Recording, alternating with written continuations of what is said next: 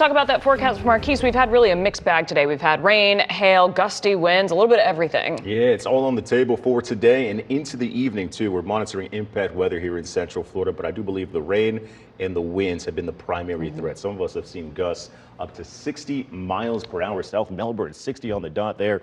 Patrick's Space Force Base, 47 mile per hour conditions. All throughout Brevard County, we had this strong outflow boundary surge across the region, and we even saw a funnel cloud as well. But Melbourne Beach, 43 mile per hour winds, Merritt Island, 41. So very strong and breezy weather and very dark and ominous clouds here over Winter Park. Got a couple of droplets on our tower cam network, and the rain showers have certainly cooled temperatures substantially.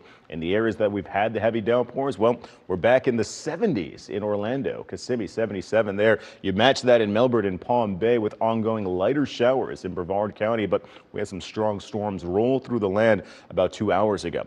Where we have some of our strongest weather, that is across Osceola County. We watched this outflow boundary pull towards the south, no longer tagged as a strong storm by the National Weather Service, but still watching the heavy bands of rain in parts of Kenansville. Back up towards Cocoa Beach, light to moderate showers across Cape Canaveral as well. These are some heavy bands of rain too in Lake Wales across State Road 60 here in Polk County. And as we swing up towards the north, we're watching this westerly push across Sorrento, also Sanford as well. And notice with the outflow boundary moving towards the west, what spawns once it hits, right? We see those collisions taking place and these explosions on our live radar with lightning strikes and strong rain showers as well. Back up towards I-75, still monitoring the rain across western Sumter County.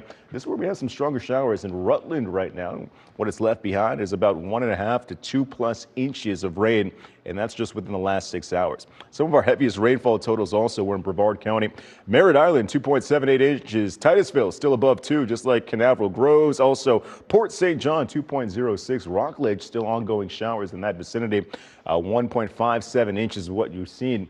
And we're going to keep our eyes on impact weather all the way through 9 o'clock, in which we can still see some stronger showers across the I-4 corridor through Kissimmee, Orlando, and St. Cloud. These push towards the I-75 corridor by 8 o'clock, but notice that the intensity of the rain kind of falls apart after sunset, and that's when cooler temperatures begin to settle in. In fact, overnight, we'll see the skies begin to part ways, lending way to more sunshine to start off the day tomorrow. So between 7 and 9, we're still tracking impact weather here in Central Florida. Partly or mostly clear skies do transition us throughout the rest of your overnight hours. Then we start off the day trending warm. In fact, morning temperatures today were in the upper 70s. Some of us set morning record low temperatures today, and we can see some other records broken tonight as temperatures should range between the low and the upper 70s. Big picture calls for this system of low pressure to swing towards the north and the east. That front never makes its way to us. So what that means for us here in Central Florida, more wet and hot conditions on the way once that high pressure system does begin to fade as well. This weekend, we see a 40% coverage of showers and storms Saturday,